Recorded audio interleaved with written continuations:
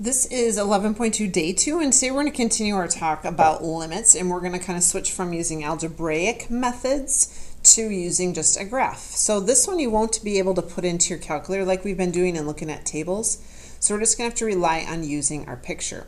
So we're just going to use this graph, and we're going to work through a bunch of these questions, finishing with domain and range, which we haven't done in a while. So first one says, can you find the limit as x approaches 0? So I've been talking a lot about kind of laying like your pencil down, or when I'm at the board I use like a stick. I'm actually trying to grab a piece of lead. That's what I'm going to use, is just something skinny that I can kind of lay at the value we're looking at. So I want to approach 0. I'm going to lay my pencil or my stick at 0. And remember, you want to approach from both sides. So I got to have 2 fingers on my graph, and I'm going to follow the pieces of the graph that get me the closest to the pencil lead. So this side is going to head downward. This side, as I follow it towards the pencil lead, is going to head up. So the fact that my fingers are going in 2 different places means that this limit does not exist. Next up, we've got the limit as we approach 8. So let's count out here. That's 5, 6, 7, 8. So right here. Again, both fingers on the graph. So from the left-hand side, remember you're coming towards the pencil. Don't let your eye follow that arrow and head away. You want to head towards the pencil. So as I follow that in, it looks like I'm headed right towards 1. And as I follow this side in, it looks like I'm headed towards -1. So the fact that my fingers are not coming together means that the limit does not exist. Next up, I've got the limit as we approach 5, which is right where that asymptote is. So I'm going to get that pencil lead laying there. And then we're approaching 5, and we're going to approach from both sides. So this side, my finger is going to go upward, and this side's also going up. And we decided that that was going to mean the limit was infinity, since both of our fingers were headed to infinity. This one says we're approaching infinity. Now that's really difficult to put my pencil out there, or the lead out there. I can't get out to infinity, but you just want to look at the one part of the graph that's going to head out that way. So this piece is going to go out that way forever. Here is 10, here's going to be 20, here's going to be 100. That's infinity. So as it goes out there, it looks like it's just going to hover at -1 for all of eternity. So the limit as I approach infinity, as I go way out there, is just going to be -1. We're going to do the exact opposite. So what if we approach negative infinity? So that will be going out in the negative direction. And it looks like this graph is going to come down. It looks like it's just going to kind of hover right around 0. So it looks like I'm approaching 0.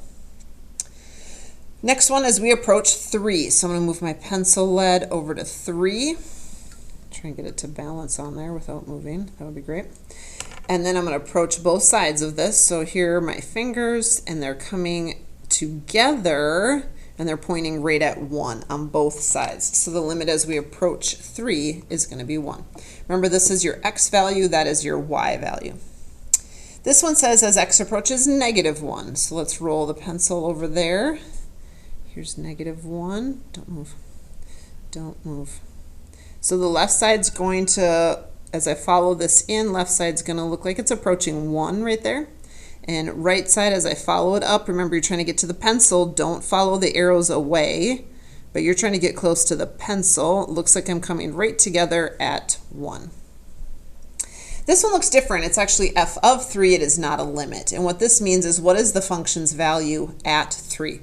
So if you were to make an xy chart and you put a 3 in, what is the y value that goes with that? So I just get to go to 3, find the value of the function there, which is at a 1. So this value is 1. So not a limit, but we're talking about what's the actual value, what's the filled in dot at that place.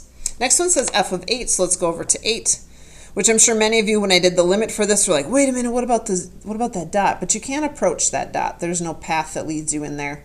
It's just when you're doing the limit, both of your fingers have to follow a trail into that point. And you don't have one, you just have that dot kind of sitting there. So that's why the limit does not exist, but the value at 8 I can find. So the filled in dot at 8 happens to be right at 0. Now let's talk domain and range. So domain, just for a refresh, is the x values, range is the y values. And domain, we want to start as left as we can. So this arrow will take us all the way out to -infinity. So I'm going to start there. And then when I taught you this in first semester, we kind of said you're looking for all the places where the x value is valid. So we're looking to avoid asymptotes, or we're looking to avoid potentially some open circles. So when I draw a vertical line, I'm pretty much just seeing, did I touch the function at -4? Did I touch it at -3? Yep. Did I touch it at -2? -1? And then it looks like, since this is diving downward, it looks like I'm never going to touch 0. And that one starts way up high. Looks like these two are going to hug 0, but I won't be able to get there. So I'm going to stop at 0. And then the function picks up again right afterwards at 0. So here we are. Here's 1, I touch it. 2, I can touch. 3 right there. 4 right there. It looks like I have an asymptote at 5, so we're going to stop at 5. Then I'm going to pick up right again on the other side of 5. And looks like it is good for 6, good for 7. It's actually good for 8, even though that's open, that's open. This one's closed, so I can keep going. And then that line is taking us out to infinity. Another way to write this one would be, you could say all real numbers except x cannot be 0 or 5. That would be another way to do it. We're just excluding places where there are asymptotes or potentially open circles. Range is now going the other way. So domain goes from left to right. Range is going from bottom to top. So the very lowest value I can have, this guy is going down forever. So that's going to be -infinity. And then we're checking horizontally if I'll hit every value. So -4, -3, -2 looks good. Even though there's an open circle there, there's closed circles past it, and there's a closed circle there. So we keep going. Again, same concept, open circle, but I got 2 closed ones, so I keep going. And it looks like I'm going to hit the function all the way up. So -infinity to positive, or you could have done all real numbers for that one.